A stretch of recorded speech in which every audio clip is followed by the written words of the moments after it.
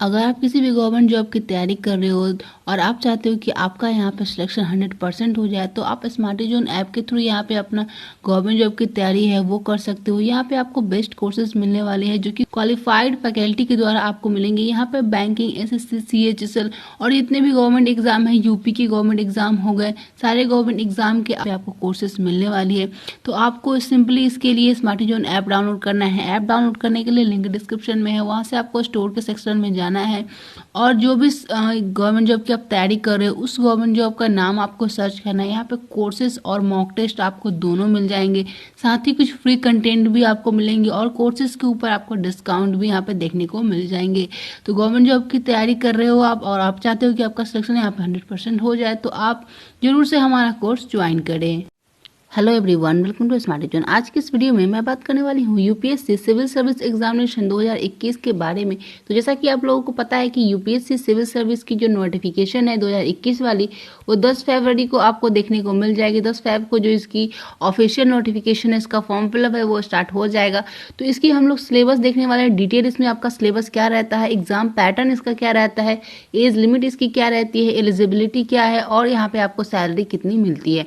तो डिटेल में मैं आपको सारी चीज़ें बताऊंगी, टॉपिक वाइज आपको सिलेबस भी बताऊंगी और साथ ही में यहाँ पे आपको इसका एग्जाम डेट भी बताऊंगी। और ये ऑल इंडिया जॉब है, आप इंडिया के किसी भी स्टेट में रहते हो आप इसमें अप्लाई कर सकते हो। तो चलिए आज की ये वीडियो शुरू करते हैं। वीडियो को शुरू करने से पहले जो लोग भी चैनल पर पहली बार आए हैं, चैनल को सब्सक्राइब जरूर कीजिएगा और बेल आइकन को ऑल पे सिलेक्ट कर लीजिएगा।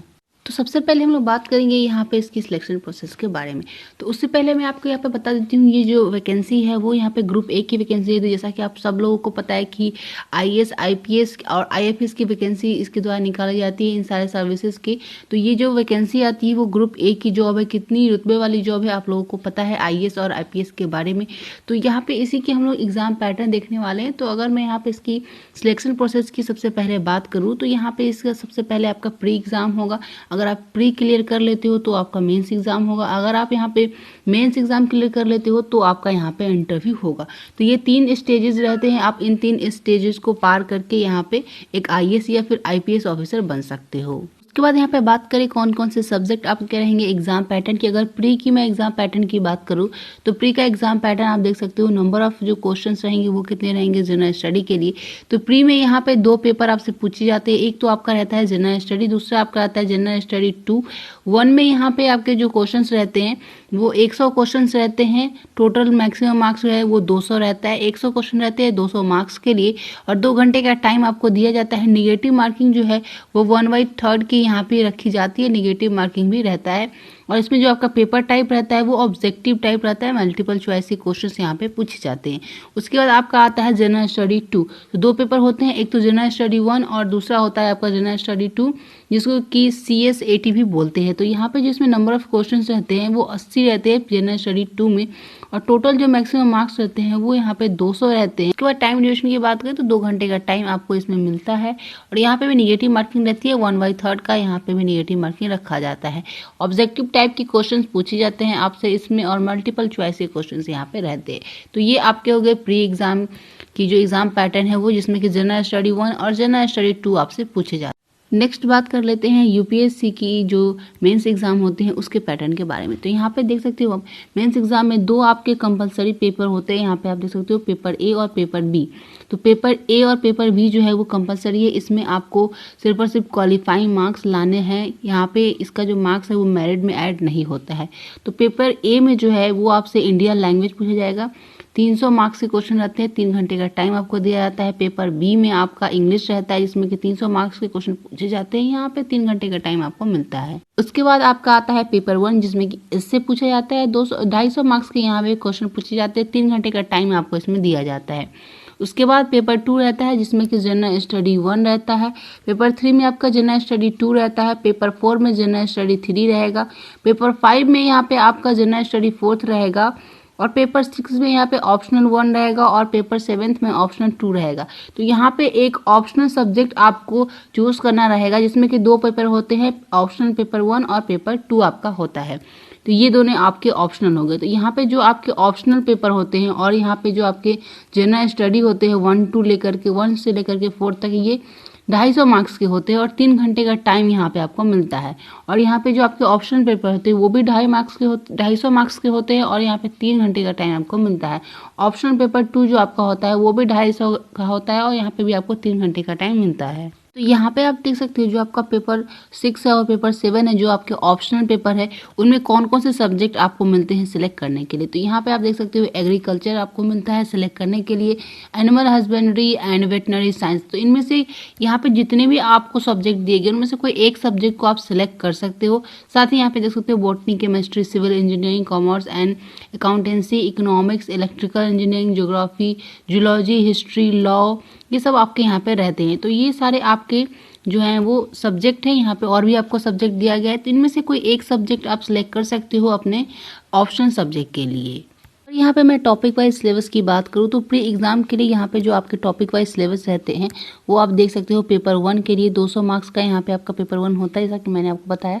तो यहाँ पे टॉपिक्स जो देख सकते हो आप, करंट इवेंट्स पूछे जाते हैं, national and international, history of India आपसे पूछा जाता है। साथ ही यहाँ पे इंडियन एंड वर्ल्ड ज्योग्राफी आपसे पूछा जाता है, इकोनॉमिक एंड सोशल डेवलपमेंट आपसे पूछा जाएगा। उसके बाद यहाँ पे आपसे जनरल इशू ऑन इन्वायरमेंटल, ये सब आपसे पूछा जाएगा। उसके बाद यहाँ पे जनरल साइंस भी आपसे पूछा जाएगा। तो ये सारे आपके टॉपिक्स रहते हैं पेपर 1 के लिए। पेपर 2 के लिए आप देख सकते हो प्री में, जो कि 200 मार्क्स का आपका होगा, जिसमें कि आप यहाँ पे देख सकते हो कॉम्प्रिहेंशन आपके रहेंगे, इंटरपर्सनल स्किल आपसे पूछा जाएगा, साथ ही में logical reasoning and analytical ability आपसे पूछा जाएगा, decision making and problem solving रहेगा, जनरल मेंटल एबिलिटी पूछा जाएगा, बेसिक नॉमेंसी आपसे पूछा जाएगा, जिसमें कि नंबर एंड देयर रिलेशंस आपसे पूछा जाएगा। तो ये आपके पेपर 2 के सिलेबस रहेंगे जो कि प्री का रहेगा। उसके बाद यहाँ पे बात कर लेते हैं मेंस एग्जाम के सिलेबस के बारे में। तो यहाँ पे आप मेंस एग्जाम का सिलेबस देख सकते हो। यहाँ पे जनरल इंग्लिश के लिए जो आपके सिलेबस रहेंगे वो यहाँ पे आपको बताया गया है और यहाँ पे जनरल नॉलेज के लिए जो आपके टॉपिक्स रहेंगे वो यहाँ पे आप देख सकते हो। उसके बाद आपका आता है ऑप्शनल सब्जेक्ट। जो भी आप ऑप्शनल सब्जेक्ट सेलेक्ट करते हो उसका यहाँ पे आप डिटेल में सिलेबस देख सकते हो, क्या क्या यहाँ पे इसका सिलेबस रहेगा।